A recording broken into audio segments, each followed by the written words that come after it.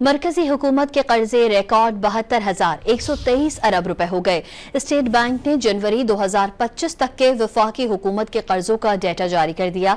एक साल में वफाकी हुकूमत के कर्जों में 7,283 अरब रुपए का इजाफा रिकॉर्ड किया गया। रवा माली साल के पहले 7 माह में वफाकी हुकूमत का कर्जा 3,209 अरब रुपए बढ़ा।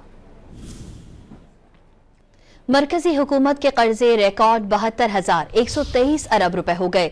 स्टेट बैंक ने जनवरी 2025 तक के वफाकी हुकूमत के कर्जों का डेटा जारी कर दिया। एक साल में वफाकी हुकूमत के कर्जों में 7,283 अरब रुपए का इजाफा रिकॉर्ड किया गया।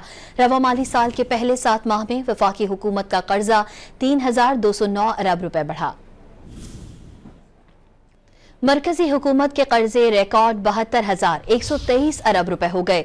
स्टेट बैंक ने जनवरी 2025 तक के वफाकी हुकूमत के कर्जों का डेटा जारी कर दिया। एक साल में वफाकी हुकूमत के कर्जों में 7,283 अरब रुपए का इजाफा रिकॉर्ड किया गया।